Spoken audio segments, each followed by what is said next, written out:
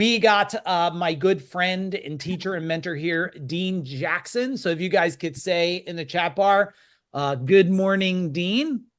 And we're gonna dig right into it. Okay. We're here to get stuff done, right, Dean? That's exactly right. Very Yeah. exciting.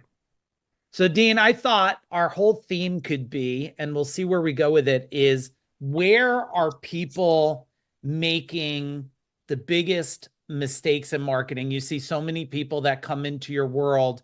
If you were to think Mm, what's number one biggest thing that makes you kind of shake your head after all these years, what is it? mm. That's a really good question because there's so many ways we could go with that. But I think probably the number one thing that I see is people taking their marketing like an expense versus a capital investment. And that changes everything when you really look at thinking about your before unit, the way we think about it, of dividing your business into the three units of before unit, during unit, and after unit, that most people, it's difficult to make this shift of thinking about the before unit as a completely separate unit of your business, whose only job is to act as a supplier to the during Mm, unit. And when you do that, you kind of treat it like a startup, and you're not integrating it into the or accounting for it as an expense of the during unit business.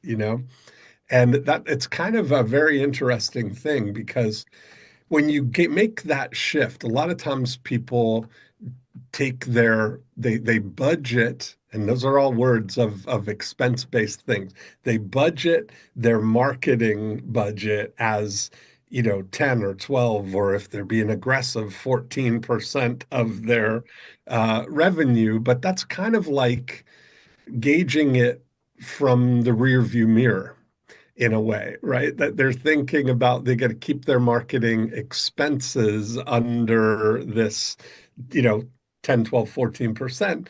Whereas if you think about where you want to go, if you want to double your business, if you want to double the revenue that you're doing, it's a faster way to think is to start thinking about making a capital investment in the additional revenue that you're doing rather than keeping it gauged to how fast you're growing.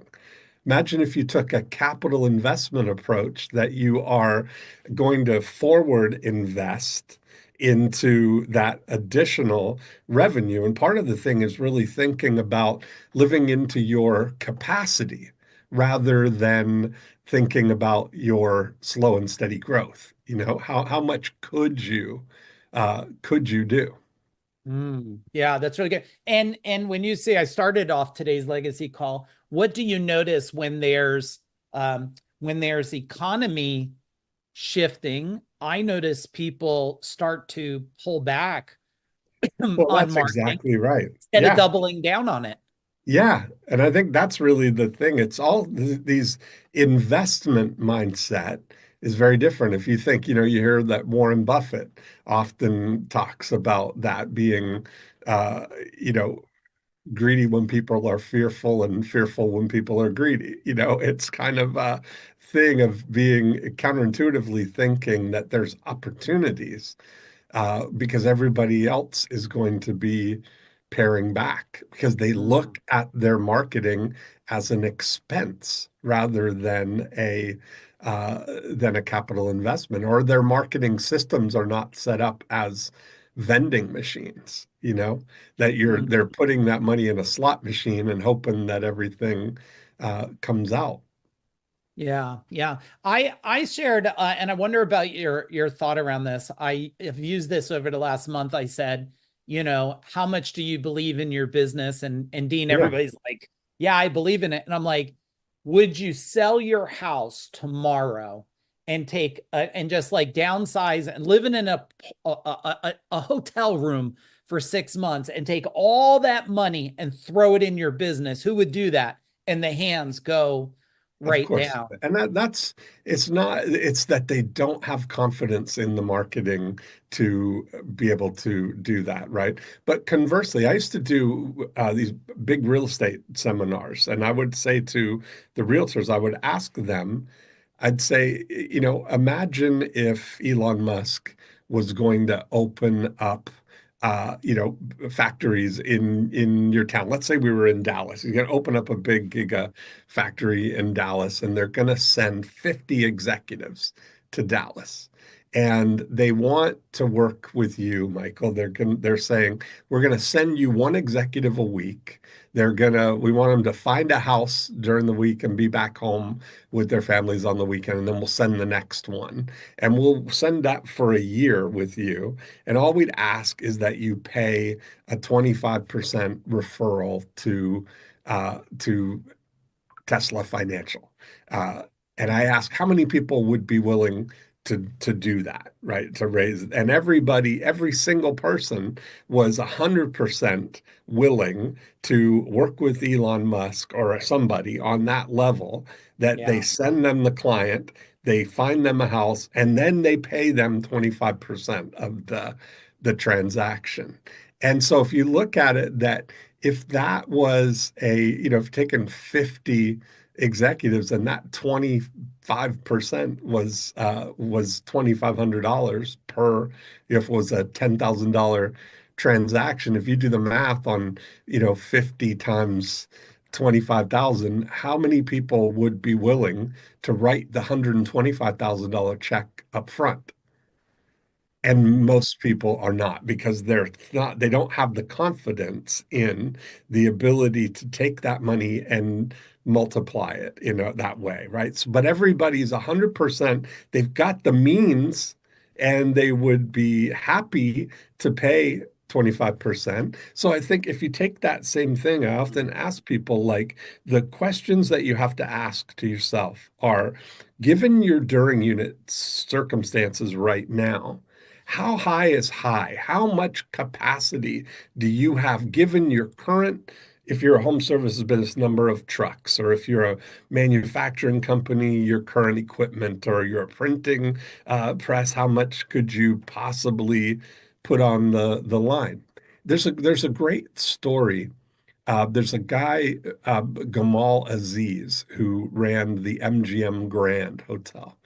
And when he came into the MGM Grand, the first thing he did was he looked at all of the revenue generating line items on the budget there. And instead of looking for how can we make a 20% improvement across the board, right? Gradual, constant, never ending improvement on everything. His question was, how high is high? Like, how much could we be doing here? And so, for example, he broke it down to restaurants and retail and gaming and hotels and conventions and all the components of the revenue generators, right? Entertainment. And so, starting with the restaurants, he looked at all of the food and beverage that they do. And they had a flagship restaurant that was doing $4 million a year in their one location right there in the hotel. And it was profitable. Nobody would have complained about it and saw it as a problem. But he would sit in the entrance of the hotel every night, and he would see people coming out of the largest hotel in the world. He'd have them see him coming out, getting in limos and taxis. He'd say, "Where are you going?"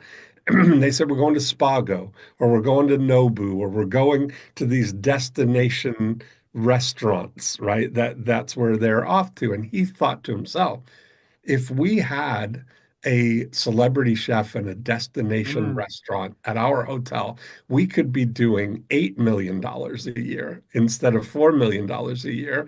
And here's what he did: is in his mind, he books that as a loss. And so he calls the philosophy working backwards. And so he looks at that we could be doing $8 million in this restaurant. We're doing 4 million. We're losing $4 million a year by not doing this. So he went to the board, got them to agree to his plan. So they closed down the restaurant, they ripped it out, partnered with Michael Mina, redid the restaurant, reopened it up in the same footprint, same amount of square footage on the things. First year out, they did $11 million in sales. And he went through and did everything like that. He rethought the shows, they, if you've ever been to MGM Grand, they have sky lofts at the top two floors of the things. Before that, they had all these high roller suites, that would be for the top gamblers. But he realized they're not a gambling hotel in the same way that Bellagio or Caesars or the big traditional hotels were. They were the largest convention hotel in the world, and that the need is that all of these executives for, let's say they're going to Concrete World, that the executives of Concrete World, they would have a need for entertainment suites while they're at the thing. So he created these sky lofts on the top two floors, and they rented out on average $3,400 a night, and turned it into this amazing profit center that they're booked solid for all of the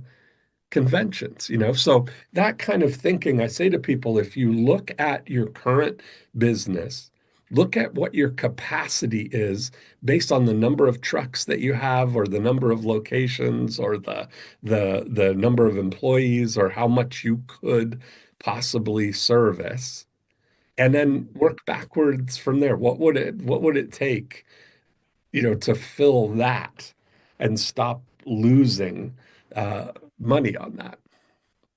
Yeah, that's so good. Type in the chat bar what that's triggering for you, because, Dean, what always amazed me is we can release, years ago in my service company, we could release 10% of the employees, and we did 30% more revenue, which is like the same thing. I wonder if you did the math, what would happen. Last week when we were talking and you were on with us and the owners of Food Dog, you had a comment you made, because I'm always talking to you about robots and aliens and all this Yeah. stuff. And your comment was not what will change, it's what won't change. Can you talk about that a minute? Yeah, sure. Because we were asking about that. I heard that was a great quote that was attributed to Jeff Bezos, where Jeff said that people always ask him, that he feels like he's got his finger on the future, and they're asking him what's going to change in the next 10 years, like what's coming. Yeah. And his answer was amazing. He said, I don't know what's going to change. And nobody does, but he says, but that's not what we're building the company on. We're betting on what's not going to change. And I know that 10 years from now, people are going to want as wide a selection of products as they can get, at the lowest price that they can get them, as fast as they can get them. So Yeah. every technology, everything that we change is only to drive those three durable drivers of the future. Is this going to help us expand the number of products? Is this going to make us more price efficient? Is this going to make us more operationally efficient to get things to people faster? And I think that if you really just look at the core things of any business has those things. I've said that to our realtors, that if you look at it, what's not going to change in the next 25 years of real estate is people are going to want to sell their house for as much money as they can get in as little time as they can, as fast as they can sell it with as little hassles as possible, right? And I think that if you really look at what are the core drivers of what people really want in their engagement with any business, with you, that's a really great way to hitch your wagon to, what are those core drivers, and just get better at those Yeah. core things. Yeah. What's your theory about because a lot of times when you're dealing with economic situations, there's diversification, right? Diversify, But what about what is your feeling between diversify and double down on, the one thing that you're doing? I like both. I like to double down and diversify at the same time. If you think about I always say, like, you look at, it's almost like compartmentalizing, having silos of things and having each one as a driver, right? It'd be very similar to, I use Procter and Gamble a lot as an example, right? You would say that Procter and Gamble is both focused and diversified at the same time, in that Mm, they have 23 individual billion-dollar brands. And they're 100% focused on each one of those brands with a team of people whose only thought is that one brand. But collectively, they own all of that. So I think you can do those things. But there's a great book actually called the P&G 99, and it was written by a former P&G executive about the 99 principles that they use. And you don't actually need to read it. I'll tell you the top three is the first one, which was amazing, is plan to dominate. And that's a really interesting word pairing, right? That you can't say plan to dominate without changing your physiology. Is right. that's really the thing. If they're not dabbling, they're not planning to dabble in the laundry detergent market. They're looking to dominate the laundry detergent. And they know that there's a 28% premium for being the number one brand in any category. That because there's a whole group of people who just buy the leading brand of things, right? And there's a big moving sidewalk that goes along with it. So they go into, we're planning to dominate this. We're not just going to dabble. Then the next thing that requires is that you uh, build the very best product or service from the customer's perspective. So they're not trying to make it more affordable or more effective or, I mean, more, cost efficient or anything like that. They're building the very best. What is the very best solution for this? There's a guy, Richard Mill, who started a watch company, and maybe people are familiar with it, but they make high-end watches that their average price is $185,000 for the Richard Mill watches. And they looked at it and said his whole approach was, this guy, 52-year-old guy that started the company. And he said, I want to build the very best watch that's durable and beautiful and the best engineered watch possible. And he started with that as the premise. Let's build the very best watch, and then we'll figure out what it needs to cost. And what happened was just, you know, serendipitously, they ended up alone in the market. That there's lots of 30 to $50,000 watches, and there's other $1 million watches that are these museum timepieces that you have to keep in temperature controlled things, and you can't look at them crooked or they're fragile. But this thing was like their audience is people. If you have a super yacht, of course you're going to have a $185,000 watch. And if you've got a garage of 5 supercars, of course Yeah. you're going to have one that you wear on your wrist. It was a no-brainer. And the last numbers I heard, the last year I heard of sales, they sold $540 million of these watches, right? So, but it started with build the very best product from the customer's perspective. And then the third thing from that P&G 99 was to treat each brand as an independent unit.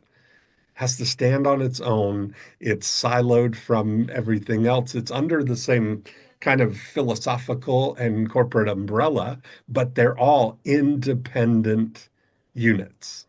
That's what we're looking at, you know? So I think if you think about that, that's totally applicable to whatever business, you know, that whatever business people are running is just think about it that way.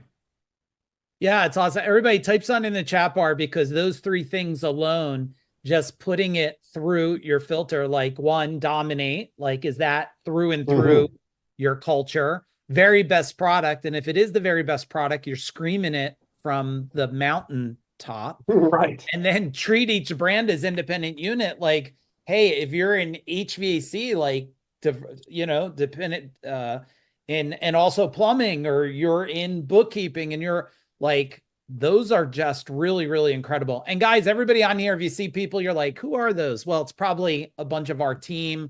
Bassam's on here, who's our copywriter, and Fritz is on here, who's one of our builders who builds in Go High Level and landing pages, and Emmeline's on here. So if you see people, you're like, what happened? What are all these legacy members? Well, they're all on our team, guys, learning. Dean, just because it came to my mind, you shared last week a great theory of output versus activity when it comes to either team or almost anything. Could you share a couple minutes on that?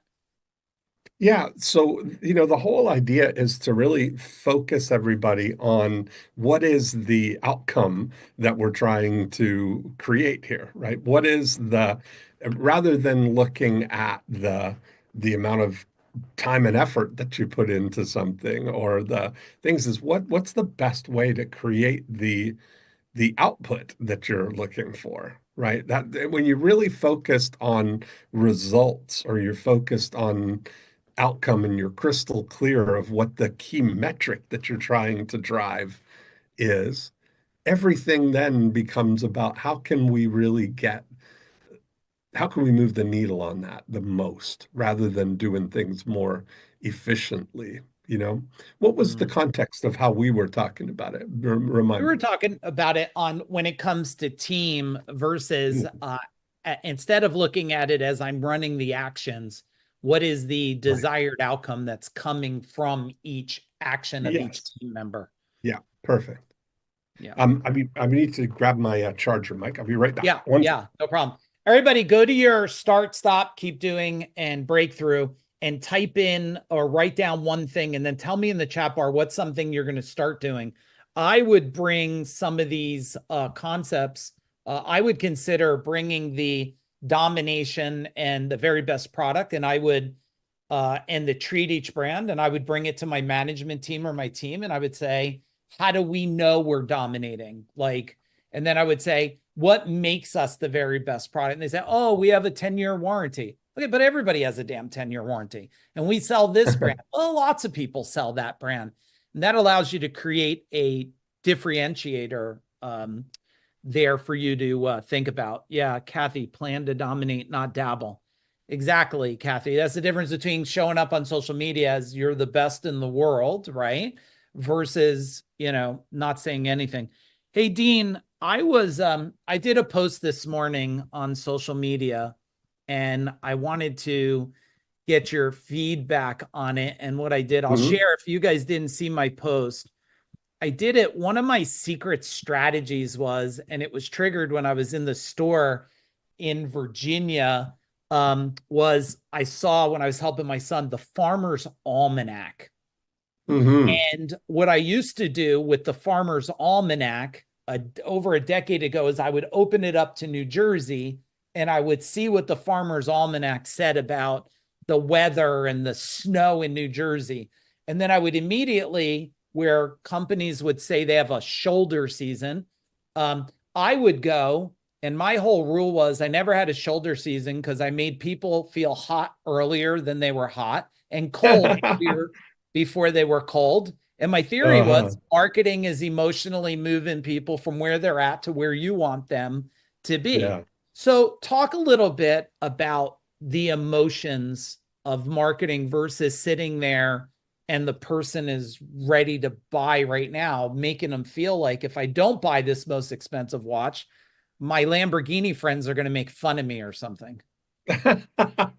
I think that that's built in, right? I think that that's built into when you really understand why people do things. I just read a great book called Contagious, and it's Mm, about why ideas spread. Some ideas spread and others don't. And, you think about that the things that are most predictable about it is that we talk about, and it's primarily through word of mouth, why people share things, is because we share things that make us look good. And if we know that the story of something, right, like there's a lot of this, what evolutionary psychologists would call virtue signaling, right? Or status signaling, that there's things mm, that would be why we wear certain things to indicate our belonging to something, right? That's why when you look at Apple products, the things that they're kind of that there's some visual things that people feel good, that people will look at them and know that they are part of the in crowd kind of thing. Like the Apple, I mean, the MacBooks are beautiful uh, computers, and there was a lot of talk about the whether the apple should be oriented so that it faces the owner of the Apple the MacBook, so that when it's closed, it's facing you and it looks right, or whether it should be open when the computer's open, that people see the thing. And that was a big debate on the thing, that they ended up that the real value is in the spreadability of it, and having the apple be upright when the laptop is open is a much makes something easier to spread than the value of having it look right to the person who owns the MacBook, even for just that minute before they open it. And it's a kind of an interesting thing. You think about it like wearing your belt buckle so that it looks right when you look down at it, or when people are mm, looking at it. And so I think when you start thinking about how little things, when you create this whole ecosystem of all of these little things that make people feel, how can you make the intangible tangible? Even to the extent that they become more spreadable because of it. It's kind of mm, so I think when you look at how people, if you're kind of engineering in the spreadability of something, you have to take into account that the primary driver is that we definitely want to look good, and we want to feel like people think we're cool. That's a big piece of it. mm. Yeah, yeah. It makes me think like Chris, they do swimming pool stuff. It's like marketing is again, it's seasonal. And I always think of like, my marketing is selling to somebody of they're tired of watching someone else's future. So I was just thinking about like what ad I would Mm, write. As your children sit there peeking through the fence once again as the neighbor cooks the very best burgers and the kids smile as they do cannonballs into the pool, as your right. kids look back at you wondering, is this what, is this the type Yeah. of dad they have or something? You go, Yeah. I'm going to have a pool, like I'm going to get a pool right now because Yeah. I I want mean, I my could kids. see that scenario. That's a TV Yeah. commercial waiting to happen. The kids longingly looking through the fence at the other family, and then looking back at their dad sitting, comes out in the backyard, and the look of disappointment on their face. And I mean, what a Yeah. great way to solve a story. And they have a nice Weber grill and the dad's like burning the hot dogs Mm, or something. It reminded me because I don't know if I ever showed you this. This is a long time ago. So this is probably 18 years ago, but This is my thinking, guys, of what he was saying about kind of the status signaling. So this was a door hanger, Dean. It said it's just not fair. Those pesky neighbors saving more money than you on every service call and on each utility bill and getting more comfort out of their home. The The nerve. nerve. Well, you can't blame them, blame us. Like we're falling on the sword, right? We're Ah, responsible for keeping their plumbing, heating, cooling, electrical system serviced to peak condition. Our techs know how to squeeze every energy dollar during a tune-up and how to keep your system running like new. And we'd love to do this for you too. So pretend this door hanger is a crisp $25 bill towards your next service call. That's right. We'll knock $25 off the top just for being a good sport. Tell your ah, neighbors you're onto their secret now. yes. That ought to get their conversation going. I love that. So talk a little bit about compelling versus convincing marketing and stuff. Oh, I think that's really like that's an amazing thing. I love door hangers like when you're looking at things like that. I did a lot of work with a company called the Mosquito Authority, and they do mosquito control, where they'll come and treat your yard and all the mosquitoes will disappear for 3 weeks. And we did door hangers that would go around around the home. So imagine the door hanger is a cartoon of you, the perspective, you opening the door, and there's these mosquitoes standing outside, and they say to you, the dialogue is, "Oh, hi, we were staying over in the Aguilera yard, but they called mosquito authorities, so we had to get out. Can we stay with you?" That's awesome. Yeah. And then on the back was the offer for absolutely positively no mosquitoes in your yard, guaranteed, period. And we'd offer a free mosquito treatment to get the things. But, that kind of thinking, is so, when you get people like right at the core of what their thing is, if the neighbors if they're driving all the mosquitoes out of your yard, it makes sense that they're going to be looking for a new place. Well, we don't want them here either. So let's get let's get rid of them there. That kind of thinking of what's what's inherent in the situation that would be, uh, you know, that you can leverage. Because that everybody, it is when you think about, we all want status, we all want to look good, we all want to add value to people. So one of the things that we did with the is we gave everybody who came on as a new customer, we gave them 3 golden tickets that they could give to their friends that was for a free mosquito treatment. And so you think about now, this is going to be their status is going to go up because now they're going to look cool that we've got a service that we don't have any mosquitoes in our backyard. And then we give you, now we can pass this on to you. It's different than, that way. So one of the things when, I know a lot of people have like VIP programs or member programs where people pay, a monthly thing to get top of the line, front of the line and no service calls and all this umbrella of benefits that they can get. And one of the great things that you can do to improve that spreadability is offer that as an umbrella that they can offer it to their inner circle. That so if anybody in your family or friends has an emergency issue or needs something done, that they get the same benefit as you, that's like makes them look like a hero.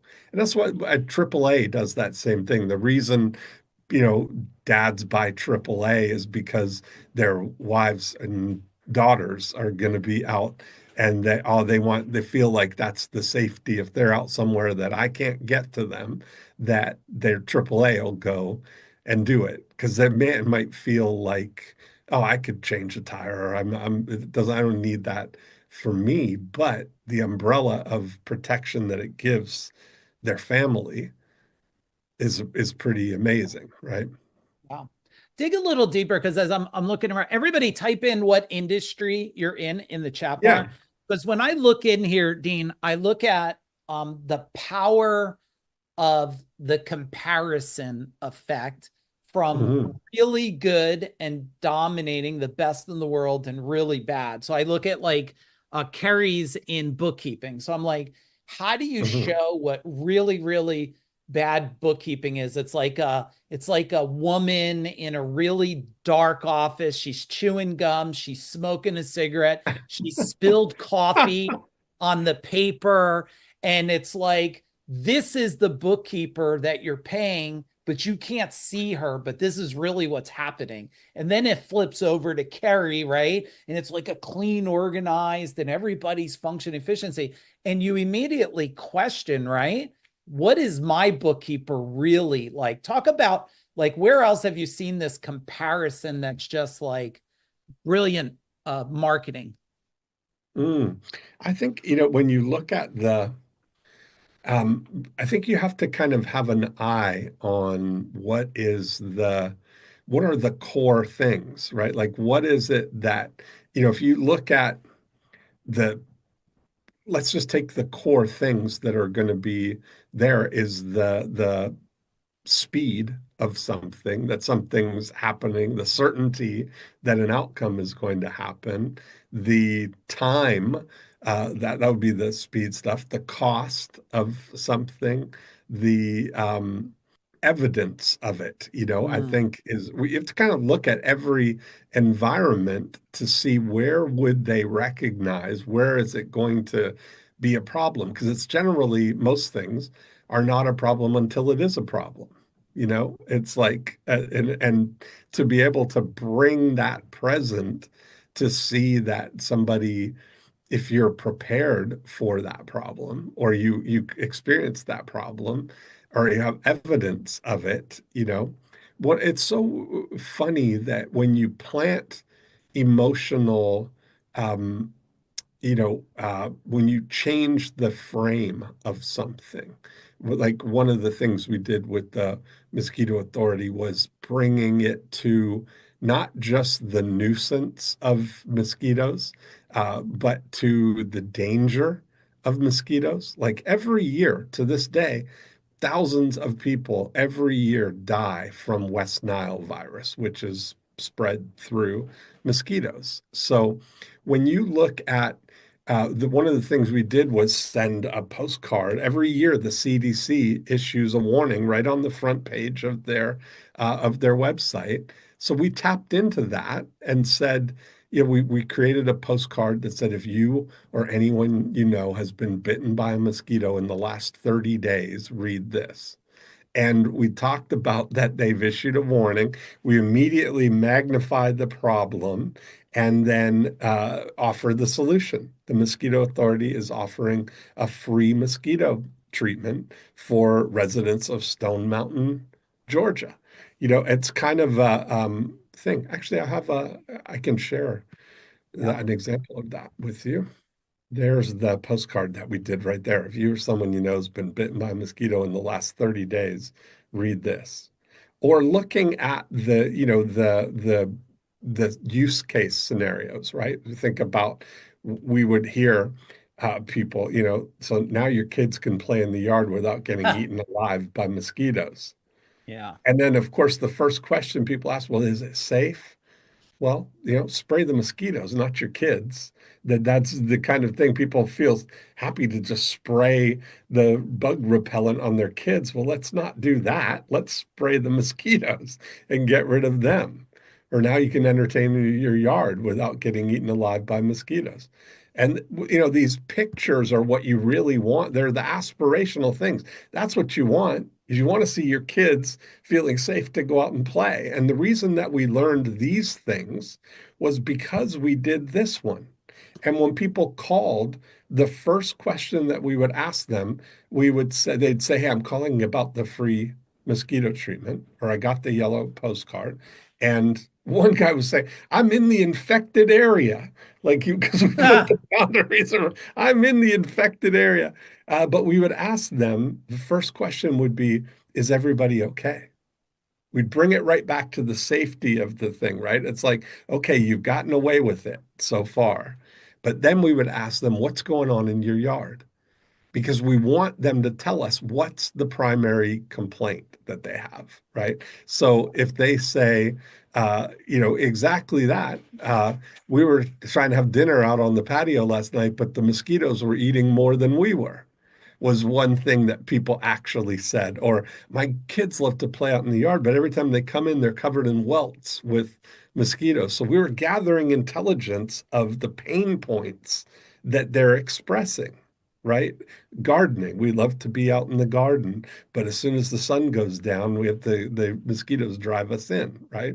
So learning those things, we were able to create other appeals that were exactly targeted for those things. Now you can eat in the yard, or now you can eat on the entertain in your yard without being eaten alive by mosquitoes.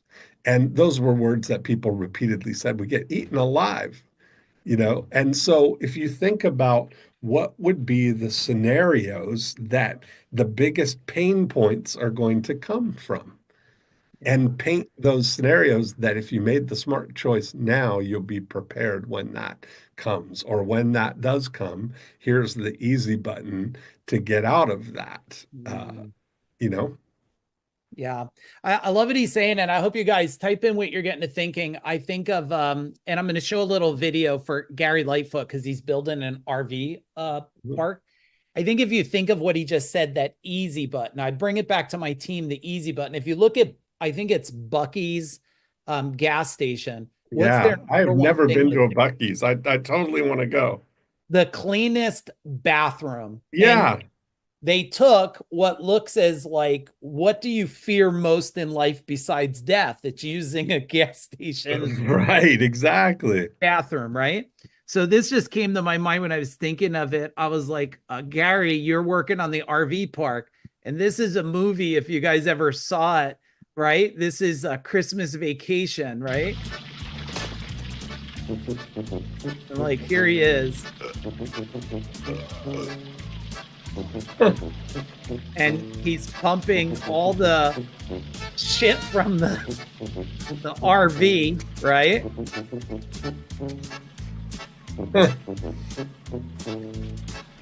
And like he's like, what's happening here?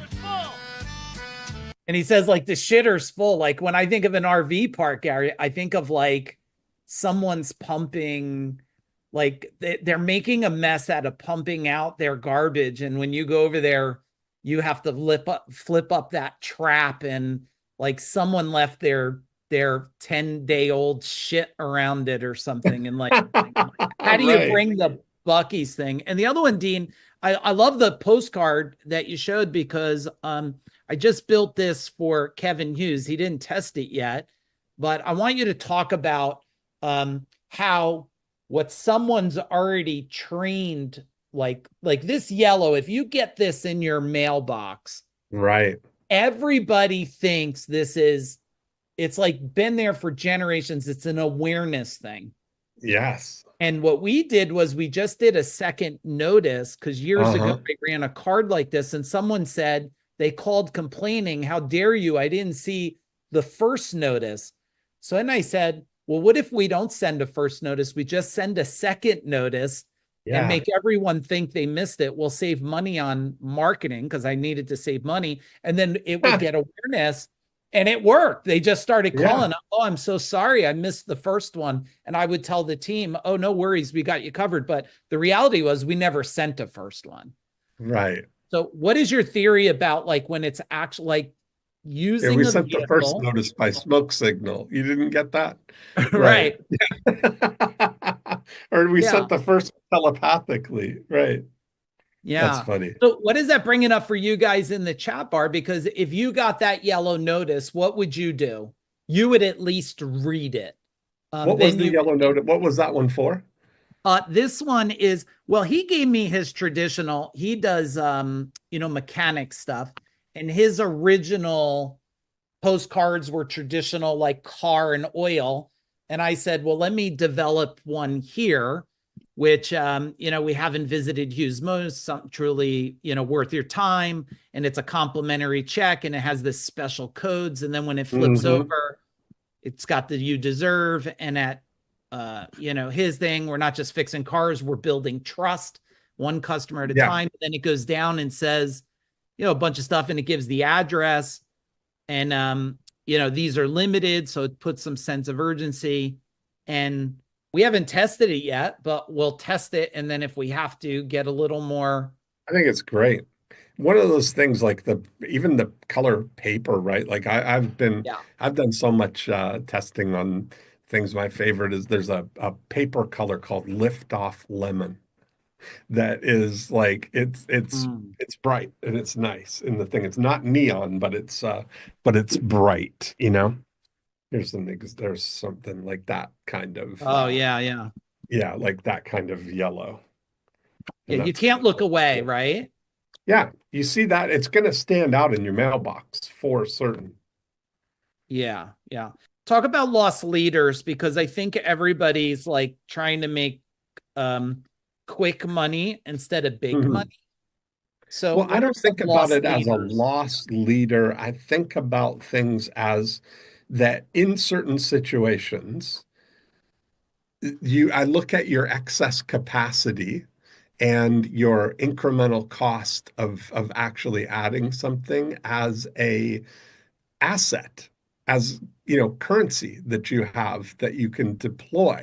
Like so, if I can unpack that mosquito authority idea in the same way that they have, like any business that does uh, services people on a route, like a recurring model, they can accommodate 180 houses per truck that they have, right? So if you have less than, let's say, as soon as you got one truck, you get up to 180 people. Now, to go to 200, you need a second truck. You have to add a thing. And I imagine it's that same way in any home service business, right? You need technicians and you need the trucks to be able to go and do something. Well, as soon as you add that second truck, you've got 200 people, you've got 100 per truck right now. So you have an excess capacity of,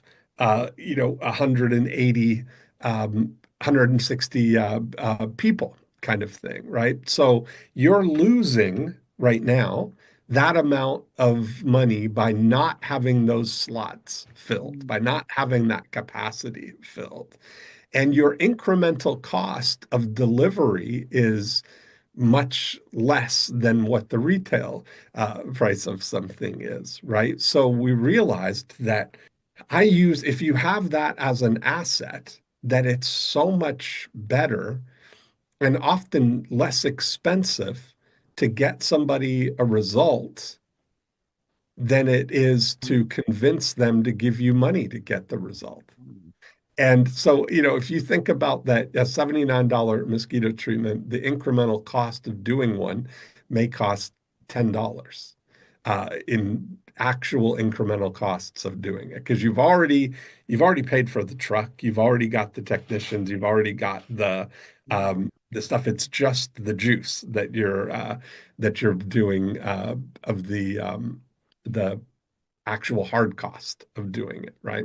You've already amortized the cost of the sprayers and the stuff like that. So when you really understand that difference, that equity that you have, it only costs you $10 to give somebody what's perceived as a $79 value. It's Mm. much less expensive to get them the result than it is to convince them to give you money to try out to maybe get the result. Like, people have always been, high awareness about mosquitoes, I use the mosquito thing as a placeholder for any kind of service that you're thinking about. And so to offer somebody a free mosquito treatment means they're going to get an experience of a result. And most people have had bad experiences with that. We've all been promised all the things. You got to get the citronella candles, or you got to get the bug zappers, or the laser things where it attracts them and zaps them. But Mm. none of them work as well as the actual treatment that kills all of the mosquitoes on contact, creates a barrier uh, Mm. formed that will not, they don't like to land, so they stay away for 3 weeks, right? Once somebody has an experience of it, now they're much more in a better position to make a decision that they don't want to be without it than to take a chance on it, right? Oh, we've got it's not that bad.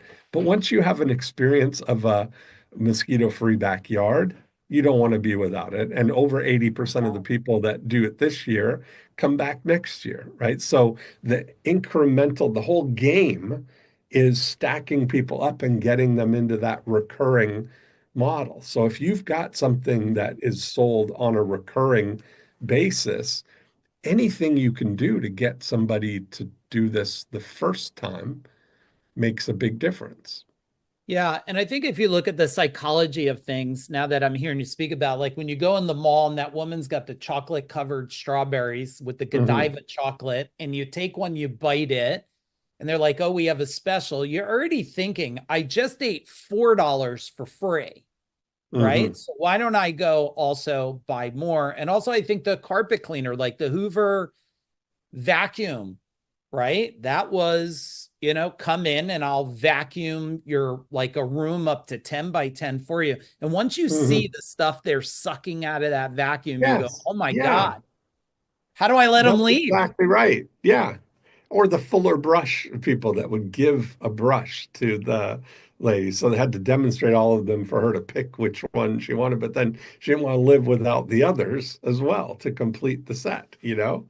It's like Yeah. so, yeah, there's such a dynamic there when you start thinking about how can we use our assets, use the assets that we have to deploy as opportunities. Yeah. Yeah. I think Mike was asking me a question here on the Mhm. insurance company. If you're an insurance company, and I didn't realize till you just said what you said, Dean, that what we do with our free 1 day boardroom is Mhm. really a loss leader. Like we pay Mhm. money, we pay for food, we rent a facility. So it costs us Mhm. thousands of dollars. We allow people to come in for free. They get answered. And I'd like to think, because almost Mhm. every time someone comes, they either invest in a training, they go, holy crap, he just answered a question I haven't gotten answered in 20 years. If I got that, what am I going to get from Food Dog over the next couple of years? And like the proof is already there. How would you do it in an insurance company? Well, so there's the different things, right? Like every situation is different. You can't, it depends on the type of insurance, but you have to examine the situation. If you're thinking about auto insurance, for instance, if you examine the ecosystem that's around, or so auto insurance renews every 6 months. Homeowner policies are generally a year out. So if you kind of go to where are the situations, where's the journey where the leverage points are happening. So anytime somebody gets a new car, they're going to have to get it insured, or anytime a car exchanges, that would look for those opportunities, like get in front of the ecosystem, the natural path of things. Do you remember Mm. that? I was used as an example. Do you remember uh, years ago, Google had this series of ads that were that was called Search On, uh, and it was a whole story told in just through Google searches.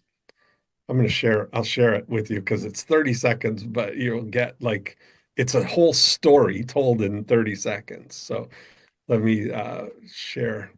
here, and I'll While you're sharing, Jim Padilla, like I look at it as like a free sales audit, right? Same thing for you, Mike. I look at it like a free insurance audit because when you see the mhm. insurance company, when you audit somebody's stuff and you find, you're either going to find like they're doing great or they're doing really bad or they're missing something. But when you say, here's what you're missing, go back to your person and ask them, they start wondering, why the hell did they leave me at risk? That's happened to me with financial Mm. advisors.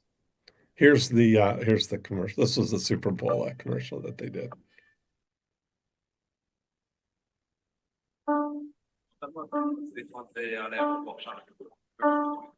Hello. Bonjour.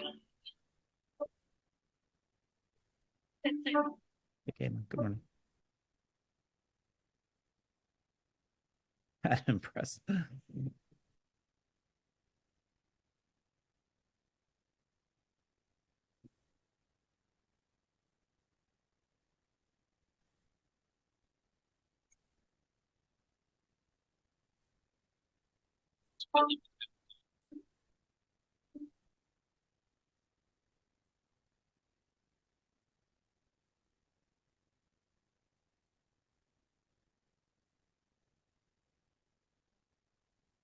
What a great journey in 50 seconds. You went from somebody starting out with I just wonder if Uniqlo searching has any for new clients for me today. studying Where my abroad best leads come from. to now we're assembling a crib. And Yeah. you think about what is the journey of somebody, especially with something that is going to it may not be happening right now, but it's definitely going to happen in 6 months or a year.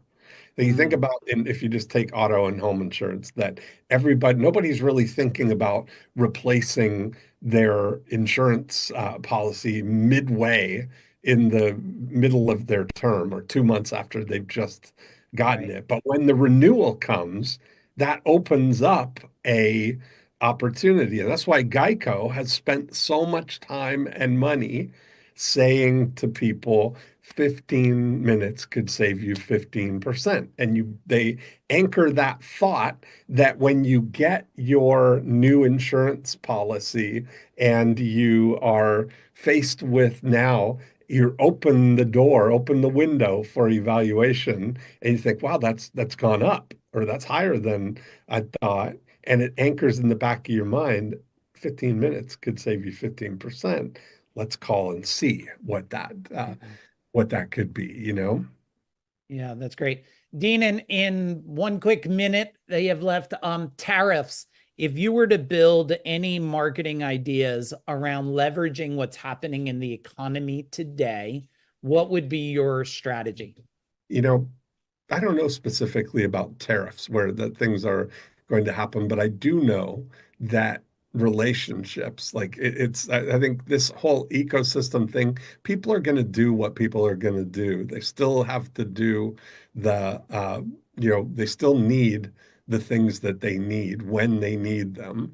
And I think it really comes down to establishing your brand in their mind. And, of course, my definition of brand is a buying reflex affecting now decisions so that your Mhm. brand is going to overcome that's the most important thing, that when the time is come to renew my insurance, if I've set this brand up in people's mind, 15% in 15 minutes, that at the now decision, that moment it comes up, then you've gotten that. So I think getting crystal clear on having that, uh, you know, that's really timeless. I think the tariffs are going to come and go, and people are adaptable, right? We're like water. We just shift to whatever the new reality is. Yeah, that's excellent. Hey, everybody, give Dean a huge boom and thank you in the chat bar below. Dean, thank you for over delivering Awesome. as Always fun. always. Super appreciate you, and I'll see you on the next call. Yeah, buddy.